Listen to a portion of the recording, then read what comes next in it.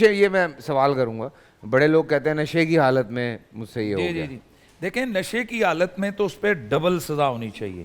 نشے کی حالت میں واقع کہی جانے والی طلاق بالکل واقع ہو جاتی ہے۔ اس کی وجہ یہ ہے کہ ایک آدمی ہے جس کا پاگل ہے اور وہ کسی کو قتل کر دے تو وہ پاگل ہے، اس کے لیے حکم اور ہے، اور اگر کوئی شراب پی کے قتل کرے اس کو ڈبل سزا دی جاتی ہے۔ کوئی عدالت یہ عذر نہیں کہ جی میں نشے میں، تو کہتے ہیں اچھا چونکہ یہ نشہ انسان کا اختیاری ہے، اور وہ جو حالت معتوب ہے یہ قسم کی بیماری ہے کہ ایک آدمی غصے میں اس قدر اس کی ذہنی حالت چلی جائے کہ جو اس کے اختیار میں نہ ہو، تو یہ غیر اختیاری چیز ہے، یہ اللہ کی طرف سے۔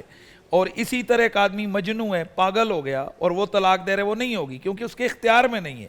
یہ نشہ اس کے اختیار میں تھا، لہذا نشے میں کیا گیا اس کا جرم وہ اور زیادہ سخت ہو جاتا ہے۔ میرا ایک اور بڑا انٹرسٹنگ سوال ہے، کئی دفعہ یہ ہوتا ہے کہ لڑکا جو ہے وہ گھر والوں کے پریشر میں آ کے طلاق دے دیتا ہے، اور اس کے بعد پیچھے سے ملاقاتیں بھی ہو رہی ہوتی ہیں۔ کیا؟ ہاں، لا حول ولا قوت الا باللہ۔ کیا ہوتا ہے؟ گھر والوں کے پریشر میں آ کے ڈیورس کر دیتے ہیں اور اس کے بعد پھر ملاقاتیں بھی چل رہی لیکن ہوتی ہیں۔ اگر تو اس میں صورت یہ ہو کہ وہ ایک طلاق دیتا ہے اور اس کے بعد ان کو مطمئن کرنے کے لیے ایک طلاق دے کر وہ اپنی ملاقاتیں کرتے ہیں تو وہ کرتا رہے، ظاہر اس کی بیوی ہے، یا دو طلاقیں دے کر پھر رجوع کر لیتا ہے اور وہ ملاقاتیں کرتا ہے تو وہ تو ٹھیک ہے۔ لیکن جب 3 طلاقیں دے کر اپنی بیوی کو اپنے نکاح سے اس نے خارج کر دیا تو میں سمجھتا ہوں کہ یہ حرام ہے اور یہ بدکاری اور زنا ہے۔ اور فیصل بھائی، آپ کی زبان سے یہ تائید کا جملہ میں سننا چاہوں گا کہ ہمارے ہاں ایک بہت بڑا المیہ ہے۔ ہمارے ہاں یہ جو شاہ صاحب بات کر رہے تھے نا، تو وہ بات کو ہمیں سوچنا چاہیے، طلاقیں کیوں ہوتی ہیں۔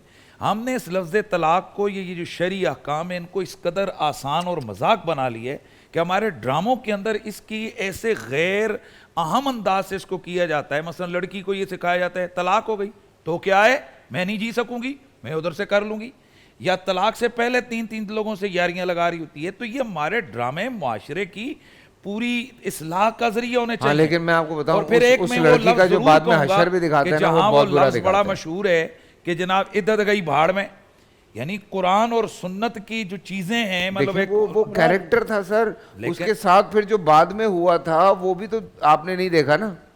اس کے ساتھ جو بری ہوئی ہے بعد میں، وہ پبلک نے دیکھا۔ وہ ایک جملہ اٹھ گیا کہ عدت گئی بھاڑ میں، وہ تو منکر تھی، تو اس کے بعد جو اس کے ساتھ ہوا وہ دکھایا ہے اس میں کہ اس کے ساتھ برا ہوا۔ لیکن ہمارا یہ کہنے کا مقصد ہے کہ اس قسم کی جو دین سے متصادم چیزیں کم از کم وہ ڈراموں میں پریکٹس نہ ہو، اس سے غلط میسج لیکن دیکھیں، میں بار بار یہ بات کہتا ہوں، میں کوئی وکالت نہیں کر رہا ہوں، میں اس بات کے بارے میں بات کہہ چکا ہوں کہ ہم کبھی بھی یہ نہیں دکھاتے کہ ایسی کوئی لڑکی یا ایسا کوئی لڑکا جو ہے وہ اس کو ہم جیت دکھا دیں اس کی، کہ وہ جو ہے بعد میں اس کی جیت ہو گئی ہے۔ سو ایسا ہرگز نہیں ہوتا ہے۔ ہوتا یہی ہے کہ آخر میں یا درمیان میں جب وہ اس کو ریئلائز ہوتا ہے کہ وہ جس راستے پہ تھا یا تھی وہ غلط تھا، تو پھر وہ معافی تلافی کی طرف آتا ہے یا آتی ہے، اور اس کے بعد پھر ہم اس کو اینڈ تک لے کے جاتے ہیں، کیونکہ اس کے ساتھ معاشرے میں یا اس کی زندگی میں یا اس کی قسمت میں پھر جو چیزیں ہو رہی ہوتی ہیں وہ صحیح نہیں ہوتی ہیں۔